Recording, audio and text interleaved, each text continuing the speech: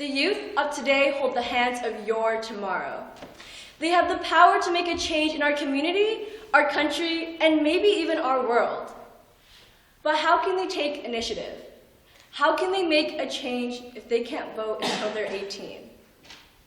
In school, we're given presentations about politics and how they impact our homes. Online, our favorite influencers tell us every chance they get to get out there and vote, ensuring us that one vote can make one drastic change. Good afternoon, honored guests, judges, and fellow cadets. I'm Sgt Xiao from 808 Coquitlam Squadron, and I believe that the voting age in Canada should be lowered to 16. Most youth today have heard the phrase that that's an adult problem, whether it's climate change to mere finances. However, if it impacts both me and you, it's no longer just an adult problem, it's an everyone problem. Whether you're 2 or 105. The only difference is that someone over the age of 18 gets a say in it. And that's because voting is power. Let's take it back to 1970, when for the first time in Canadian history, someone under the age of 21 could place a vote, 18 to be exact. However, this idea had been around long before 1970. Agnes MacPhail, Canada's first female member of parliament, and Mitchell Hepburn, Liberal Party leader at that time, both believed that lowering the voting age would bring in fresh minds from a younger generation. In fact, Hepburn stated that he would rather take ideas from a growing mind than a hard-shelled Tories. And after decades of controversy and discussion, the voting age was finally lowered to 18 under the Trudeau government in 1970. And recently the idea has arisen again, but this time changing the voting age to 16. Austria and Scotland have already made the change where youth can vote in local elections. Stephen Perlt, Canada's current chief of election, has stated that voting at 16 is voting at a time where most Canadians are still in school, at a place where we can engage them. And he's right. Ever since I was in grade 3, I learned about one thing every year for sure, and that's Canada's government and politics. I conducted my first vote in the 2016 election, the student election, of course. I remember sitting in class and learning about every political party there could possibly be, from the Liberals to the Rhinoceros Party, to the Conservatives to La Québécois. And that shows that Canada has such a strong civics education, but we can make that even stronger if we lower the voting age. We can cater it to fit the who, what, when, where, and why it's so important to vote in the long run.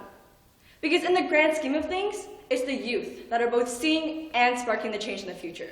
So shouldn't they have a say in it? However, the current lowest voting demographic is people aged 18 to 24. And this is creating a generation gap in our democracy, because voices aren't being heard. And that's because 18-year-olds are at a place where they've hit a milestone, a benchmark in their life.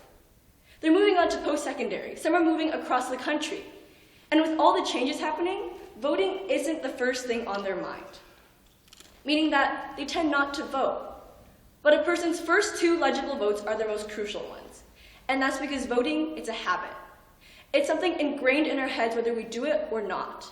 So people who don't vote early on tend not to vote in the future. However, when someone is 16, they're at a place where they're surrounded by civic role models, such as parents and teachers, meaning that they're more inclined to have the education and the time to get out there and place a vote, forming a good habit from a young age. The term "old habits die hard" could do our nation a favor. But the question that most of you are thinking still stands. Are 16-year-olds competent enough to vote? Psychologist Lauren Steinberg has said, there are 2 types of cognition: hot cognition and cold cognition.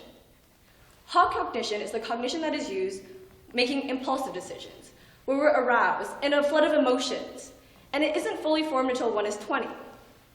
However, cold cognition is a cognition that is used when we're behind that ballot box. It deals with calm, rational thoughts. It creates decisions where we're given a chance to be educated, such as learning about how politics impact our lives, how they shape the way we live, so we can stand behind that ballot box and make one educated vote.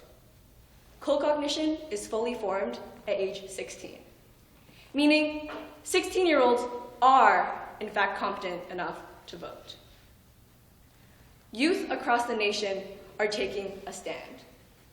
Youth across our nation are making a change. But the youth, the politicians, the people that run our country, they won't hear us until our voices turn into votes. At 16, you can enter the workforce. At 16, you can pay taxes. At 16, you can give consent. At 16, you can start the process of emancipation. At 16, you can get married.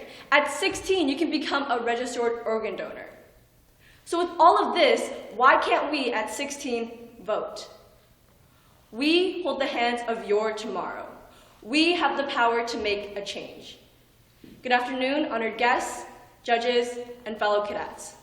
My name is Elaine, I'm 16, and my vote matters. MC?